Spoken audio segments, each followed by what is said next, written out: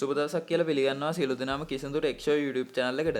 ඉතින් 2025 සාමාන්‍ය පෙළ විභාගයට පෙනී සිටි නංගිලා මල්ලිලා ගොඩ දෙනෙක් මගෙන් කලින් වීඩියෝ වල කමෙන්ට් කරලා අහපු දෙයක් තමයි මේ පාර O level විභාගයේ A සාමාර්ථය, B සාමාර්ථය, C සාමාර්ථය, S සාමාර්ථය ලැබෙන්නේ ලකුණු කීයෙන්ද කියලා. ඉතින් අද මම මේ වීඩියෝ එකෙන් මේ පිළිබඳව කතා කරන්න බලාපොරොත්තු වෙනවා. ඉතින් වීඩියෝ එකට යන්න කලින් මතක් කරනවා තාමත් ඔයා කිසිඳුර එක්ෂෝ YouTube channel එක subscribe කරලා අපි සමග එකතු වෙලා නැත්නම් පහළ තියෙන subscribe button එක එකපාරක් click කරලා ඊට එහා පැත්තේ තියෙන bell icon එකත් all දාලා අපි සමග එකතු වෙන්න කියලා.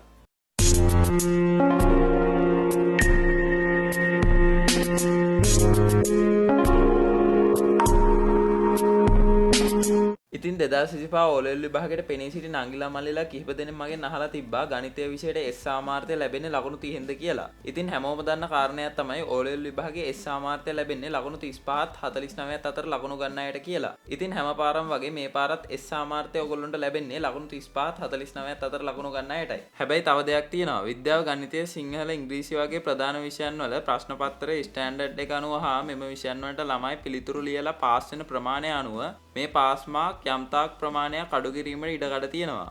උදාහරණයක් විදිහට කලින් වර්ෂවලට සාපේක්ෂව O level විභාගයේ ගණිතය විෂය සමත් වෙච්ච ළමයි ප්‍රමාණයට වඩා ගොඩක් අඩු ළමයි ප්‍රමාණයක් මේ පාර ගණිතය විෂය සමත් වෙලා නම් අනිවාර්යයෙන්ම මේ පාස් මාක් පහළ දානවා. ඒ වගේම කිසිම වෙලාවක මේ සාමාර්ථ ලබා දෙන ලකුණු ප්‍රමාණ පිළිබඳව අධ්‍යාපන අමාත්‍යාංශයෙන් නිල වශයෙන් දැනුම් දෙන්නේ නැහැ. ඉතින් අපිට මේ A සාමාර්ථ, B සාමාර්ථ, C, S වගේ සාමාර්ථ දෙන ලකුණු ප්‍රමාණ පිළිබඳව දැනගන්න ලැබෙන්නේ පේපර් මාකින් යන ගුරුවරු හරහායි.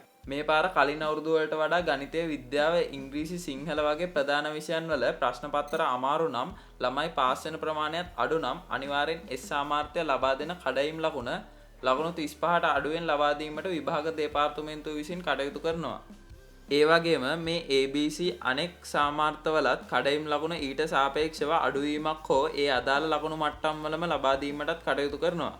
ඉතින් මේ පාස් මාක් වල වෙනස් වීමක් වෙනවා නම් වෙන්නේ ගණිතය, සිංහල, විද්‍යාව, ඉංග්‍රීසි වගේ ප්‍රධාන විෂයන් වල විතරයි. අනෙක් බුද්ධ ආගම, ඉතිහාසය වගේ සාමාන්‍ය විෂයන් හැම එකකටම A සාමාර්ථය 75ත් ලකුණු 100ත් අතර, B සාමාර්ථය 65ත් ලකුණු 74ත් අතර, C සාමාර්ථය 50ත් ලකුණු 64ත් අතර, S සාමාර්ථය ලකුණු 35ත් 49ත් අතර ලබා දීමට විභාග දෙපාර්තමේන්තුව විසින් කටයුතු කරනවා.